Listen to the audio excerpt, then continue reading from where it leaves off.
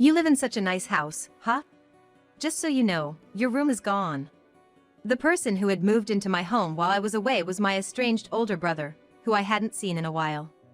This new house, where I live with my husband, was purchased by me. Yet, my brother acts as if he already owns it. It's like a takeover, and when I protested, he smirked maliciously. Don't say such harsh things. Someone like you doesn't deserve this house. My name is Sally. 27-year-old freelance designer.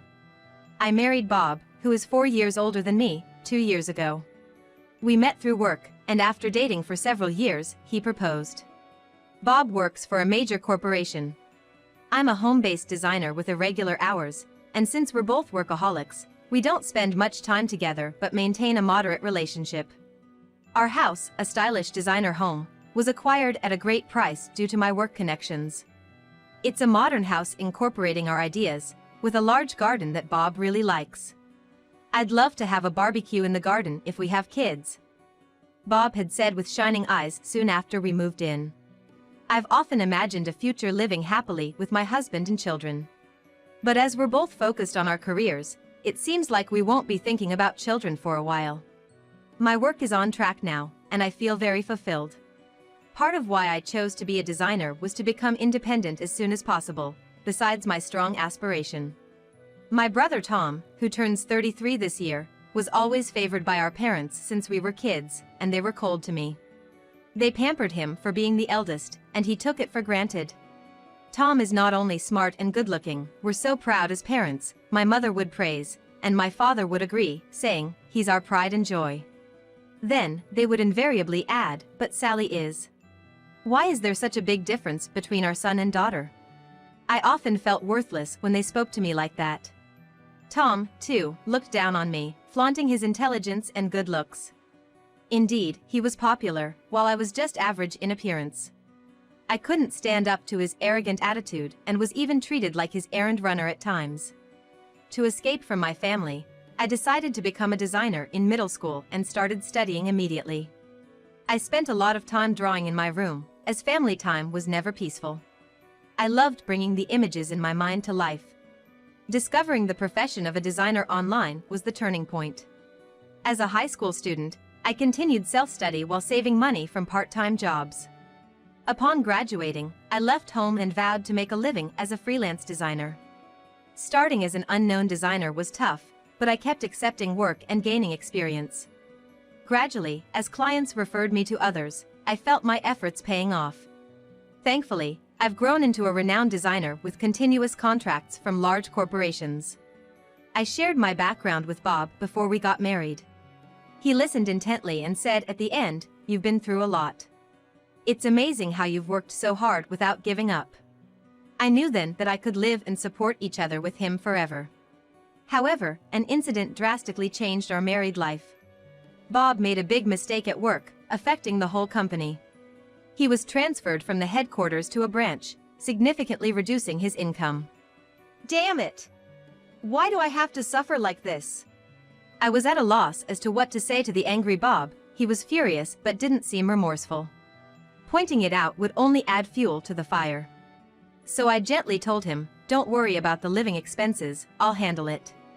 But he didn't take it well. Pushing my hand away, he glared at me and yelled, "What? You think you're better than me because you earn more now? Stop belittling me." He stormed off to his room. I had never thought of that, but I was shocked by his sudden change. I realized I had hurt his pride.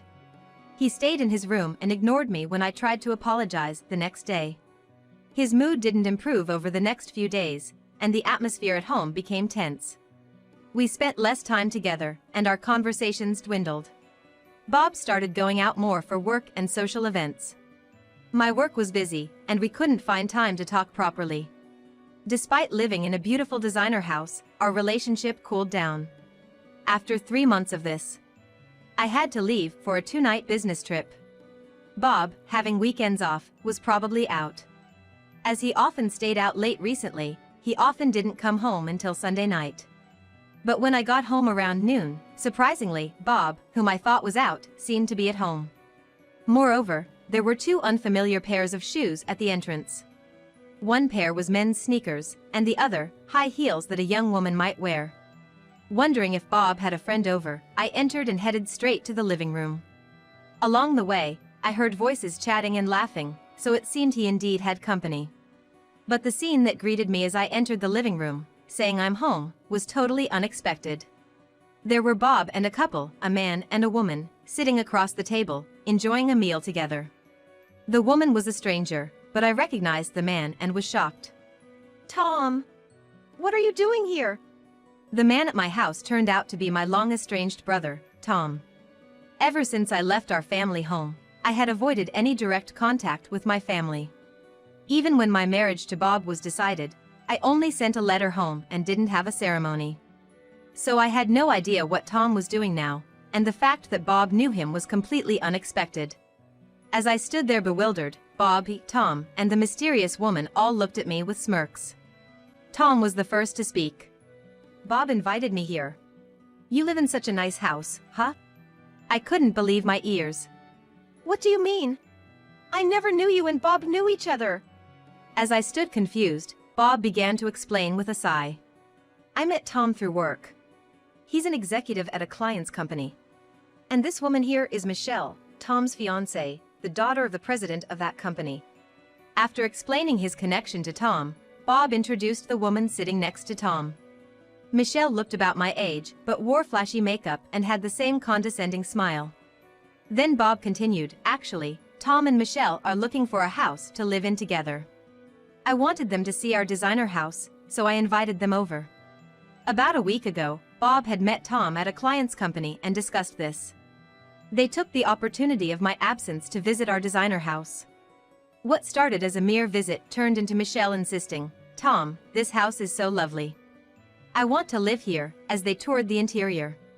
Apparently, Michelle, being a pampered daughter of a wealthy family, always got what she wanted using her parents' money. Tom, taking up her suggestion, approached Bob about handing over our home to them. I was dumbfounded by this explanation and exclaimed, That's outrageous! You can't just decide this without me. This house is... You should be happy that Michelle likes the house so much. Besides, my future career depends on this negotiation. Interrupting my words, Bob rolled his eyes as if he was beside himself. It turned out Tom had arranged to poach Bob for his company as a condition for handing over our designer house. I confronted Bob. Didn't you love this house too? How could you agree to their terms? Of course I did. If a better offer is waiting, I can give up this house. You always did whatever Tom said, right? So you won't object. Bob replied with an air of inevitability, then snorted. Moreover, Tom and his entourage had already brought in their bare necessities and had been staying here since yesterday. It was outrageous how far things had progressed without my knowledge. Even if he's my brother, I won't allow such an act of taking over our house. Leave right now. Don't say such harsh things. I got Bob's permission. Besides, Sally, who are you to talk to me like that? You never stood up to me before, so just follow my lead this time too. Tom's domineering attitude hadn't changed at all. He continued, Michelle is using your room upstairs, so you don't have one anymore. This nice house is too good for someone like you, so I'll take it. Bob joined in with his laughter. You can sleep in the garden. After his heartless remark, Michelle also began to laugh mockingly at me. Controlling my anger, I finally asked Bob the question that had been bothering me. How long have you known Tom? Did you know all along that I'm his sister?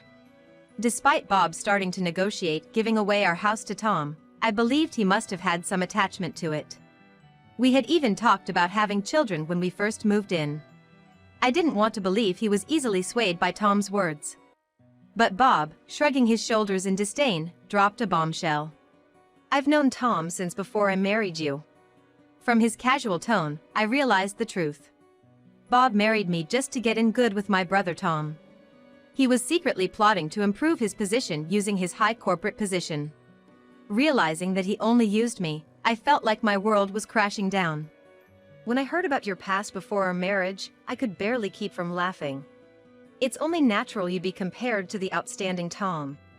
Bob said, cruelly affirming the treatment I'd received from my parents and brother. His previously caring demeanor was all a lie. Watching Bob, now freely expressing whatever he wanted under Tom's influence, I knew I couldn't continue this marriage. Okay, I get it. I won't interfere with you guys anymore, do as you please. I said calmly and quickly headed to my office, disgusted with all three of them. Their cheers and laughter followed me from behind. I opened my laptop, trying to focus on the work project from a recent contract to calm myself. Soon, I heard commotion outside my room. Thinking Bob and Tom were up to something, I went to confront them, but the door wouldn't open. It seemed blocked from the outside. It seemed like something heavy was blocking my path from the outside, but my head remained calm. I sighed deeply, realizing the extent of their harassment. They probably expected me to beg to be let out for the bathroom. But I remained calm and pulled out a small key from my desk drawer. My ground floor office had a back door for emergencies. Since I was the only one with the key, I could leave even if the main door was blocked. I collected my laptop and some essentials and slipped out unnoticed. I walked to a nearby supermarket, then took a taxi to a nearby hotel. Finding a vacancy, I decided to make the hotel my base for a few days and began preparing for my next steps. Tom and his group were clueless about the irreversible situation they were creating in my house. Unforgiving of their actions, I was determined and made a crucial phone call. Over the next few days, I intermittently checked my home's security cameras via my smartphone. It seemed Bob and Tom were away at work during weekdays, and Michelle often left the house too. Seizing the opportunity, I returned home once when they were all out, moving the rest of my belongings to a storage unit. As Tom said, Michelle was using my room, and many of my personal items had been discarded. Thankfully, everything I needed was in my office. After that, I moved from the hotel to a short-stay apartment. Since escaping, I've been ignoring numerous calls and emails from Bob and Tom. I wanted to block them but decided to wait a little longer. About a month later, as I was finalizing various arrangements, I received a call from Bob. He sounded panicked on speakerphone, with Tom's anxious voice in the background. Hey Sally. What have you done? Why would you sell the house without telling us? Bob and Tom were clearly frantic, and I could hear Michelle screaming in the background. They were probably in chaos back at the house. I told them calmly. It's not Tom's house to begin with. Plus, I'm the legal owner. I simply decided to sell it and contacted a real estate agent. Don't joke with us. We knew you were the owner, that's why we kept calling you, but you ignored everything. Tom's desperate yell came through. Apparently, when I agreed to hand over the house to Bob, he mistakenly thought that the house became his own, but they must have realized the house was still in my name after I left. It was a house I proudly designed and built myself. Sad as it was to let it go, my resolve didn't waver. I'd arranged for its sale right after leaving, and the valuation was scheduled for today. Change your mind now. Instead of selling it, Tom and Michelle can live there. Tom pleaded desperately. But I firmly replied, that's impossible. Why not? Haven't you guys checked the mailbox for any mail? I asked, sensing confusion on the other end of the phone. During the time I lived with Bob, checking the mail was my task since I worked from home. Bob wasn't in the habit of looking at the mailbox, and neither Tom nor Michelle probably cared about it. I hadn't been back for a while, so I imagined the mailbox must be full. What's this about? Suddenly, Michelle's angry voice cut through. From her reaction, I gathered she had gone to check the mailbox. There should have been an envelope in the mailbox addressed to Tom and Bob. I heard them both gasp as they saw what was inside the envelope. I had hired a private investigator to look into Bob's affairs when I left the house. Bob always said he was going out for work or drinks on his days off, but it was too frequent, raising my suspicions. The investigation revealed his infidelity. They also found that Tom was secretly involved with a woman other than Michelle.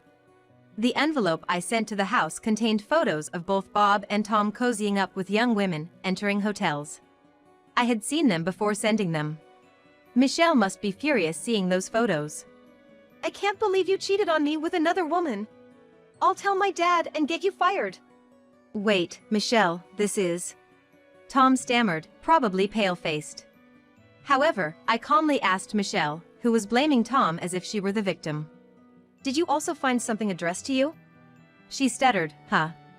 Along with the photos, there should be a list of missing items from the house. You recognize the items on that list, don't you?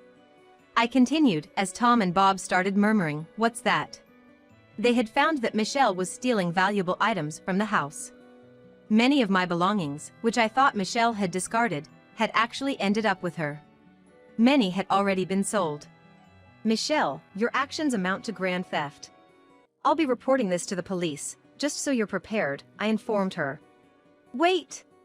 I only borrowed them! The amount of stuff listed isn't just borrowed level, you know? I countered, and she fell silent. Soon followed by sobbing. Please, don't report this! What would my dad say? Ignoring her pleas, I turned to Bob, who had been silent. Bob, are you listening? I don't intend to live with you anymore. We'll discuss the divorce formally later. I've already sent a lawsuit to the woman involved too, I said, but Bob didn't respond, probably in shock. I sighed and finally addressed Tom, ready to confront him. Tom, I couldn't stand up to you as a child, but I can't forgive you for what you've done this time. I won't be controlled by you anymore. Don't ever contact me again. After I said this, Tom, apparently enraged, cried out, "Are you even family?" I couldn't hold back my anger anymore. Don't joke. Don't rely on the word family just now. You never treated me as family. Despite my rebuttal, Tom continued to rant. Unable to bear it any longer, I ended the call unilaterally. Later, I met Bob to discuss our divorce. We chose a cafe we used to frequent during our relationship. Seeing Bob there didn't bring back any happy memories, and I quickly presented him with the divorce papers. It was already signed by me, needing only his signature. However, he never consents to the divorce. Think it over, will you? I lost the chance to get a position at Tom's company because of this mess, and I'm struggling at my current job. If we divorce now, my situation will worsen. I was appalled at his self-preservation. I decided to confront him with a fact. I heard you lied to your affair partner about being single. What? How did you know that? I heard it from her. She was shocked to learn you were married. Since she was also deceived, I've withdrawn the lawsuit against her. I took a sip of my coffee and continued while Bob bit his lip in frustration. Moreover, she's pregnant, Bob. You knew, right? She's upset because you suddenly cut off contact. When I mentioned this, Bob slammed the table. That kid isn't mine. I won't acknowledge it. The other customers turned to look at us. The pregnancy and paternity were between Bob and his affair partner, and I was determined to divorce him. So, I steered the conversation back to our divorce. If you don't agree to divorce now, we'll have to take it to court. At the mention of a lawsuit, Bob's face went pale. Wait, if it goes to court, I'll be fired for sure.